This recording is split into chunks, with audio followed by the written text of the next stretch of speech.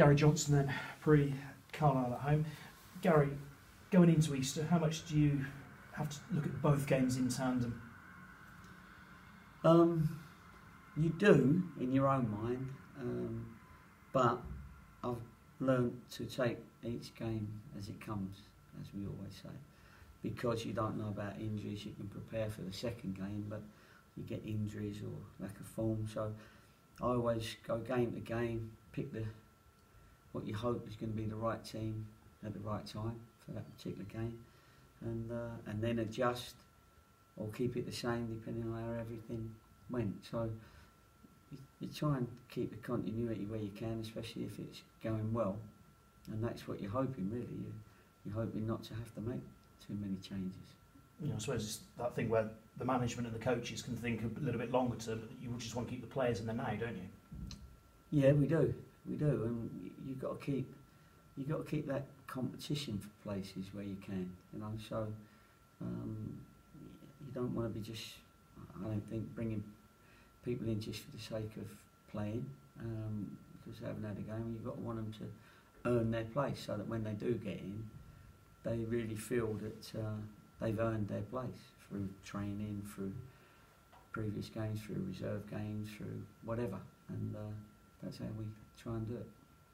I know there's a long way to go, but 2 wins for you over Easter, 2 defeats for Grimsby. That would be Cheltenham mathematically safe in League 2, guaranteed. How much of that is a carrot? Obviously, you're looking a little bit higher as well, I imagine.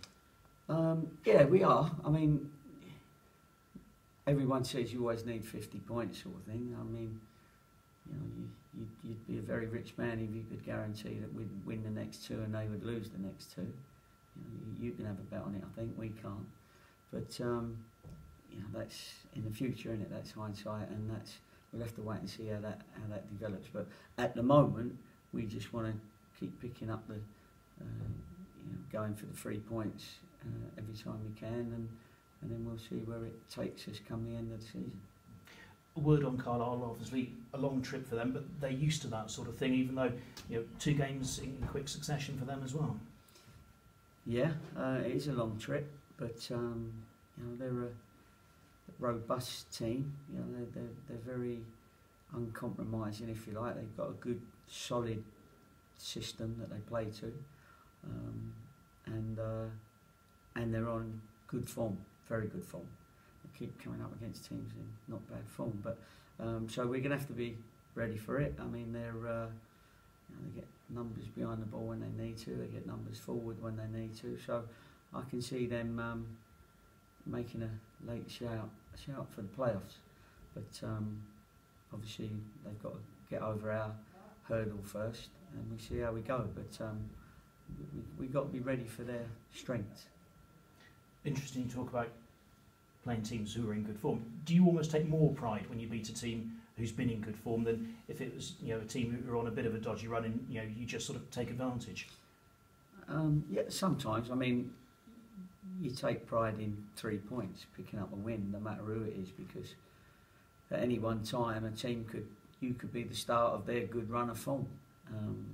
That's at this level where it's pretty close from top to bottom. You get the odd few teams at the bottom that struggle, and then you get the odd 3 or 4 teams at the top that run away with it a little bit, and that's what happens. So, but the league is everyone could beat everyone else on their day, of course, and it's a football match. It's 11v11, and players have good form, lack of form. There's all sorts of scenarios that happen, and you just have to deal with it as and when.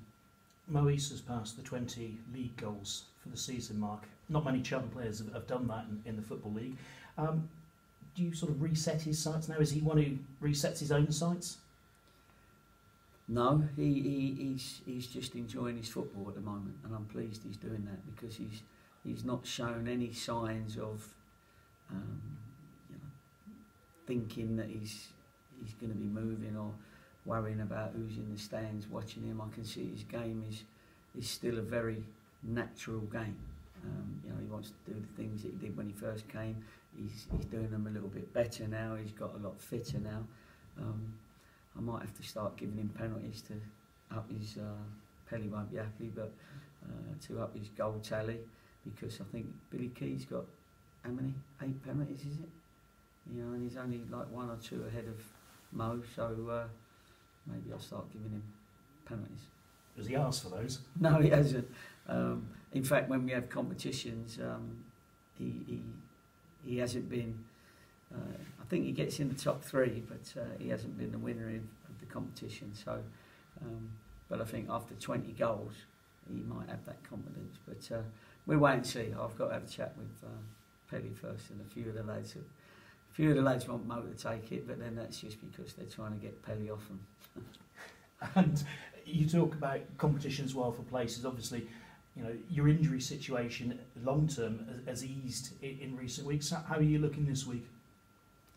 Yeah, we're looking okay. There'll be people not on the bench that'll be disappointed because of the numbers. You know, obviously all my loan players are all fit, so you know, 2 of them have got to be disappointed again. But you know, we've had our most successful period in the last few games. So what we're doing at this moment in time has got us out of trouble, well, nearly out of trouble quite quickly.